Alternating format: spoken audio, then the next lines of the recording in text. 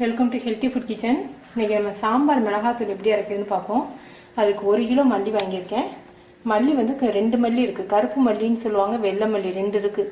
கருப்பு மல்லி தான் வந்து நல்ல வாசமாக இருக்கும், கொஞ்சம் டார்க் கலராக இருக்கும். அதான் கருப்பு மல்லின்னு சொல்லுவாங்க, அதுதான் வாசமாக இருக்கும். வெள்ளை மல்லி வாங்கினீங்கன்னா வாசம் ரொம்ப இருக்காது. அதனால் வாங்கும்போது கருப்பு மல்லியாக வாங்கிக்கோங்க.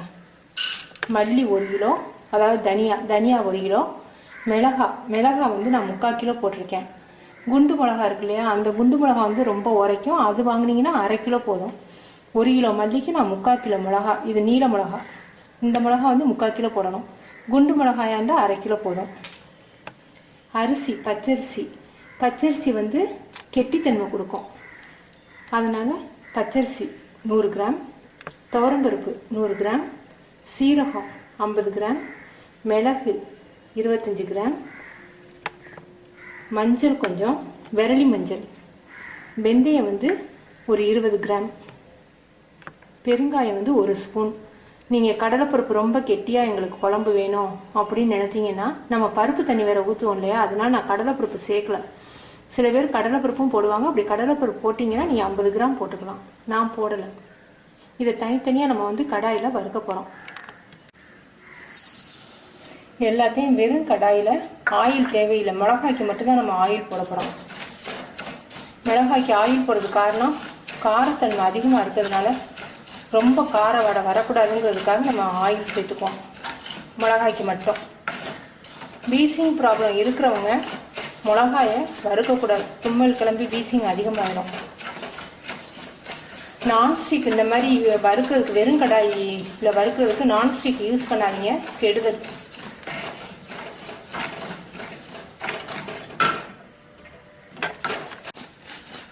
கலர் மாறிடுச்சு.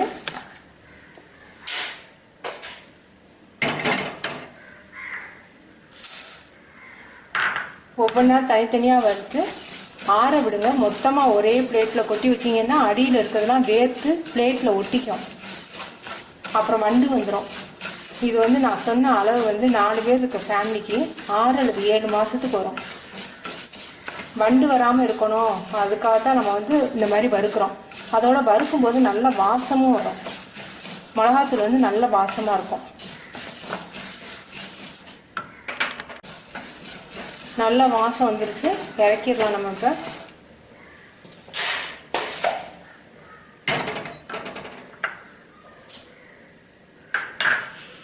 கறி போயிடாமல் வறுத்துக்கோங்க.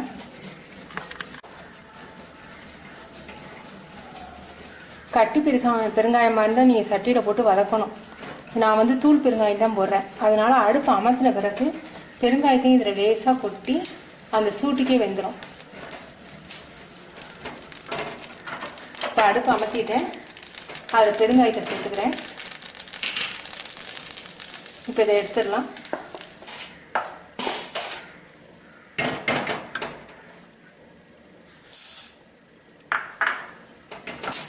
மல்லியை வறுக்கும்போது மல்லி நிறைய இருக்கிறதுனால மொத்தமாக கொட்டி வறுக்கக்கூடாது, கொஞ்சம் கொஞ்சமாக நீங்கள் வறுத்துக்கோங்க மல்லியை.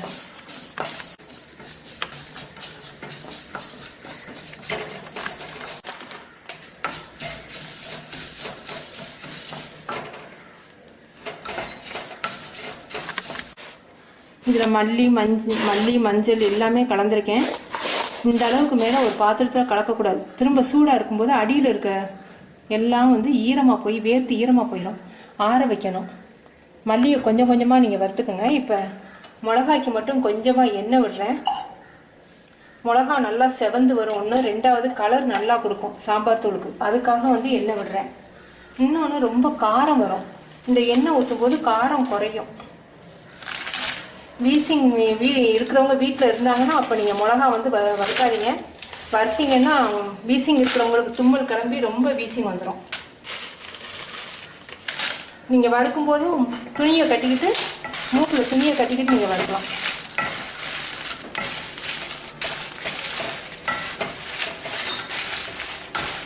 இப்படி எல்லா மிளகாயும் கொஞ்சம் கொஞ்சமாக போட்டு வறுத்துக்குங்க. மிளகா வறுத்த உடனே வந்து வதக்குன்னு இருக்கும். அது கொஞ்சம் நேரம் காய வச்சிங்கன்னா நல்லா மொறுமொறுப்பாக வந்துடும். வறுத்தது எல்லாத்தையுமே கொஞ்சம் நேரம் காய வச்சு அப்புறம் மிஷினில் அரைச்சிங்கன்னா நல்லாயிருக்கும்.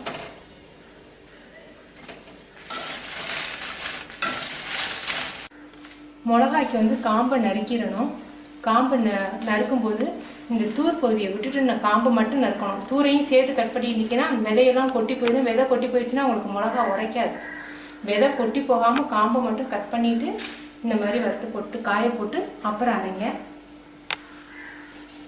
அதே மாதிரி மல்லியையும் இந்த மாதிரி வறுத்து பேப்பரில் காய வச்சுருங்க. வேர்த்து ஈரமாக போயிடுச்சுன்னா உங்களுக்கு கெட்டு போயிடும். அதனால் காஞ்ச பிறகு நீங்கள் மிஷினில் அரைங்க. மிஷினில் அரைச்ச பிறகு புதுசாக கற்றுக்கிறவங்களுக்காக நான் சொல்கிறேன். புதுசாக கற்றுக்கிறவங்க என்ன பண்ணுவாங்க, மிஷின்லேருந்து அரைச்சிட்டு வந்து அப்படியே மூடி வச்சுருவாங்க. அந்த அரைச்ச சூட்டுக்கு அதை வந்து தண்ணி வேர்த்து வடிஞ்சு ஆம்பி போயிடும் பவுடர். அதனால் நீங்கள் வரவும் மிஷின்லேருந்து வரவும் பேப்பரை விரித்து அதில் மிளகாத்தூளை ஆற வைக்கணும். சாம்பார் மிளகாத்தூள் ரெடி ஆயிடுச்சு. நீங்கள் செஞ்சு பார்த்துட்டு உங்கள் கமெண்ட்ஸ் எனக்கு சொல்லுங்கள். இது வந்து 4 பேர் உள்ள ஃபேமிலிக்கு 8 மாதம் 7 அல்லது 8 மாதம் வரும்.